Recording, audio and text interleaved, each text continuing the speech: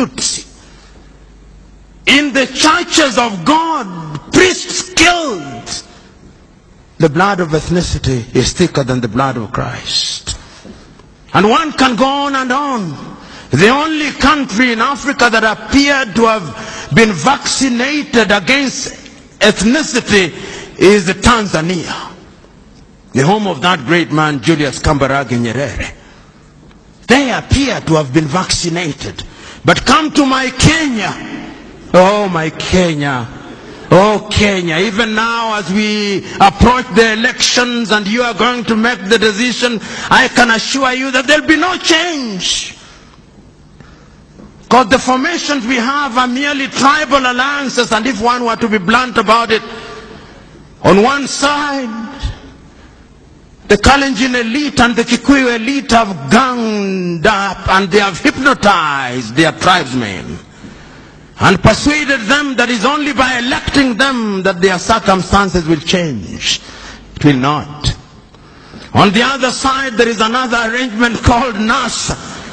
This is also an assembly largely of the Luo of Kenya, the Kamba, the Luhya, and a few other tribes, and their leaders, the elite, have hypnotized their tribesmen. They cannot think nor reason.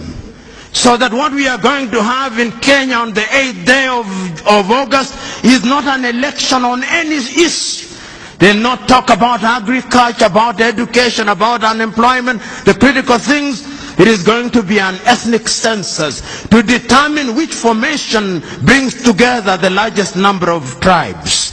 So those of you who think there will be dramatic change, you will be disappointed. As I said elsewhere in Kiswahili, nyani ni wale, misitu ndio imebadilika. I'm saying that the monkeys are the same, the forests have changed. And if you ever doubted me, there was once a forest called COD, there was once a forest called ODM, it has now changed into NASA. There was once a forest called URP, there was once a forest called TNA, it is now Jubilee. Nyani ni wale, na hulka zao ni zile. So you who are here, you who are Kenyans, when you go to vote on the 8th, what will you be voting for? Agriculture, employment, or modo anyoba? You who are from the Luo extraction, when you'll be voting Oduadu or health and education? Who will be tied to you? Because the question has always been, choose you now whom you shall serve, the Lord of the Amorites or the Lord God. As for me and my house, we shall serve the Lord. You know, one of the things that I find painful is for anybody to tell me to vote an individual because he's from my ethnic group. It is the greatest insult. Why did I go to school?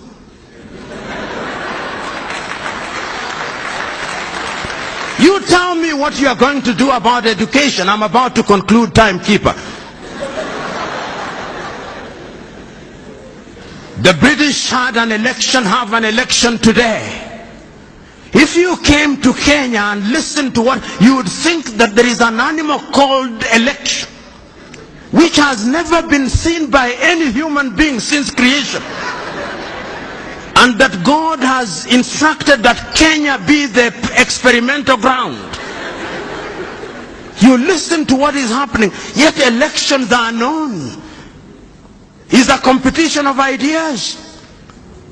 Within a few hours, tomorrow, the day after, we'll know who is the Prime Minister of the United Kingdom, and they'll be counting 50 million votes. In Kenya, we'll be counting no more than 10 million votes, and Africans can't count.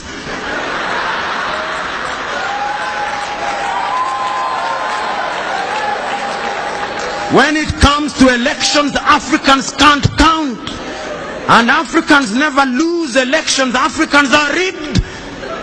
How can you run a continent like that? Yet we claim to be Christians. If you go to the Germans, they'll have an election. And within a few hours, they'll have results. Because it is a competition of ideas. You know, when you look at Europe, the reason why Europe is ahead of us,